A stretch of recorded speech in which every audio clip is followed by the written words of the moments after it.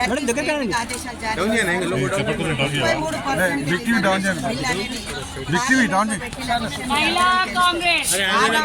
ఆగమేఘాల మీద ఈరోజు ఆ బిల్ పాస్ చేసి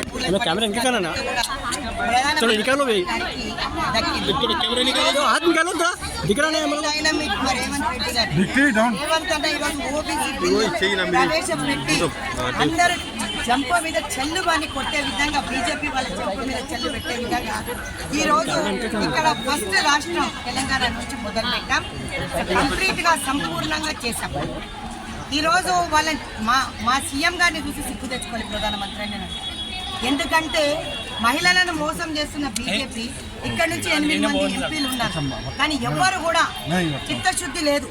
నిర్మలా సీతారామన్ గారే కానీ మహిళ ఇప్పుడు ఢిల్లీ సీఎంని చేశాము, ద్రౌపది ముర్ముని చేశాము, ప్రెసిడెంట్ గా గతంలో మేము కూడా కాంగ్రెస్ పార్టీలో ఉన్నప్పుడు అందరికీ కూడా పెద్దపీట వేసింది. మమ్మల్ని చూసి వాళ్ళు నేర్చుకొని ఇప్పుడు వేస్తున్నారు పెద్దపీట, కానీ మేము ఎప్పుడో పెద్దపీట వేసినాం. మేము ఒక్కటే ప్రధానమంత్రిని డిమాండ్ చేస్తున్నాం. మహిళల పట్ల ఎప్పుడు వాళ్ళకి చిత్తశుద్ధి లేదు, ఇప్పుడు వారికి నాకు తెలిసి కూడా ఉండదు.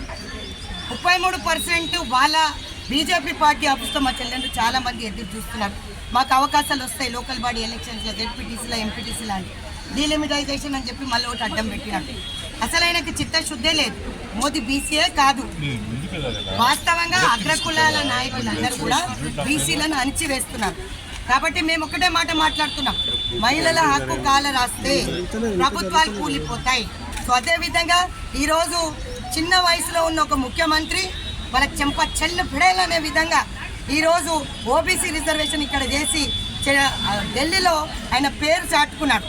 దేశంలోనే పెద్ద పేరు తెచ్చుకున్న అగ్ర రాష్ట్రంలో తెలంగాణ మొట్టమొదటి స్థానంలో నిలబడింది.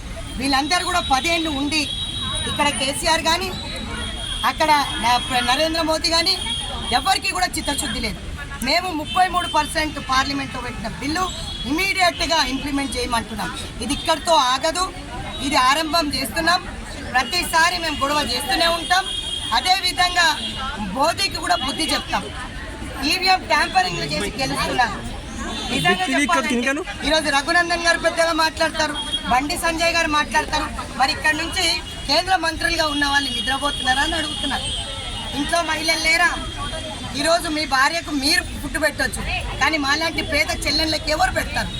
మా రిజర్వేషన్ మాకు ఇచ్చేస్తే లోకల్ బాడీస్లో కానీ జనరల్ ఎలక్షన్స్లో కానీ మేము కొట్లాడతాం. మీకు అప్పుడు లేదు, ఇప్పుడు లేదు అంటే మమ్మల్ని పక్కకు పెట్టాలి. సోనియా గాంధీ గారు రాజ్యసభలో పాస్ చేశారని ఆ బిల్లు పక్కకు పెట్టడానికి తూతు మామ అనుకుంటూ ఈరోజు ఆ బిల్ పాస్ చేశారు. అది ఇంప్లిమెంట్ చేయకపోతే మోదీ గారు తెలంగాణకు వస్తే ఖచ్చితంగా ముట్టడిస్తాం. ఇక్కడ ఉన్న 8 మంది ఎంపీలు చెవులు మరీ తెరుచుకొని మాట్లాడాలి. ఈరోజు ముఖ్యమంత్రి మీద నిందలు వేస్తున్నారు. ఇప్పుడు కేసీఆర్ గారు అయితే బయటికే రాలేదు. ఆమె బిడ్డనేమో బీసీ గురించి మాట్లాడుతుందమ్మా. ఎంతమంది బీసీలకు సీట్లు ఇచ్చినారు బీఆర్ఎస్ పార్టీ? ఈరోజు బీజేపీ పార్టీ మాట్లాడితే వాళ్ళు ఎంతమందికి ఇచ్చినారు? ఈరోజు ఎవరికి కూడా చిత్తశుద్ధి లేదు మహిళల మీద.